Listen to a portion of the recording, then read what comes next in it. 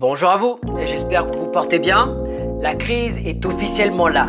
Certains de mes locataires n'arrivent plus à me payer. Pire, mon gestionnaire d'immeuble m'a dit qu'il a 10 logements sur 25 qui ne payent plus.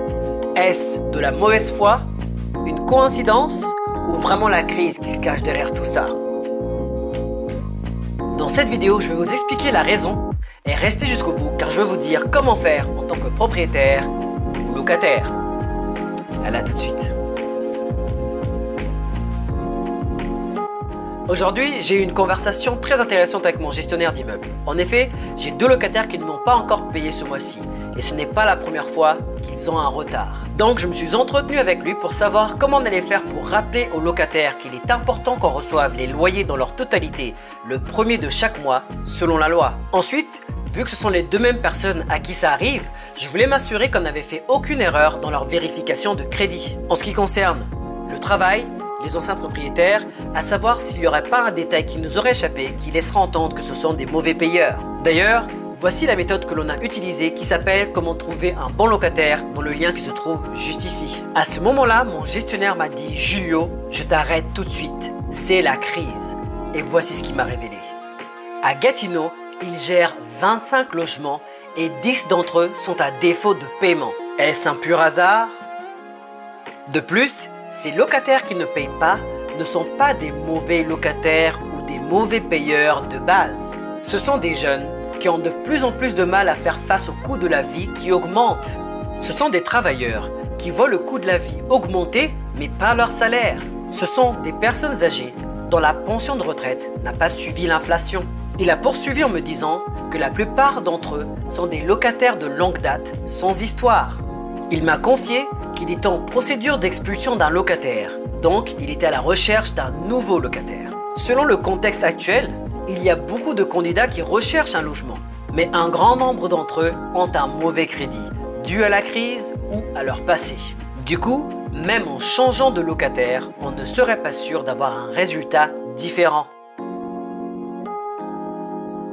D'ailleurs, selon lui, un bon ou un mauvais crédit n'est pas forcément une référence fiable, car cela dépend du contexte de chacun et ce n'est pas parce qu'une personne a un bon crédit que la crise ou les circonstances de la vie ne vont pas le faire changer. Par exemple, perte d'emploi, divorce, inflation, etc. C'est pareil pour les personnes qui ont un mauvais crédit. Elles peuvent devenir exemplaires. Exemple, un étudiant ou une personne qui était en couple et qui subissait les choix de son ou de sa partenaire. Tout cela pour vous dire que ce n'est pas forcément une question de bon ou de mauvais locataire. C'est en grande partie dû à la crise. Regardez par vous-même les articles en magasin ou même la hausse du coût de la vie. C'est incroyable. Et je peux tout à fait comprendre que des personnes puissent se dire que manger est plus important que payer le loyer s'il faut faire un choix. Maintenant, comment faire en tant que propriétaire et locataire? Voici une solution gagnante-gagnante qui va accommoder tout le monde, qui m'a été recommandée par mon mentor que j'ai utilisé et qui a fait ses preuves. Déjà, dans toute chose, la communication, c'est la clé. Ce que je recommande, c'est simple, c'est d'avoir une conversation avec le locataire afin de trouver un arrangement. S'il a de la difficulté à payer le loyer, offrez-lui un arrangement afin qu'il puisse payer en 2 ou en 4 fois. Le but, vis-à-vis du locataire, c'est de lui montrer que vous avez de la compréhension et de la flexibilité. Le but pour vous, c'est de pouvoir récupérer la totalité du loyer dans le courant du mois. Clairement, ça peut arriver à tout le monde et vous auriez bien aimé qu'on vous traite de la même manière si ça aurait été vous. Dites-vous une chose, si la personne en face de vous a des difficultés financières, ça peut être gênant.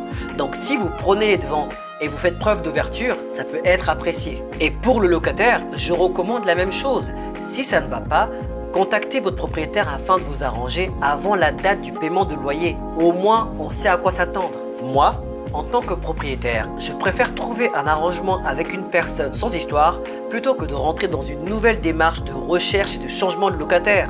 Pensez-y.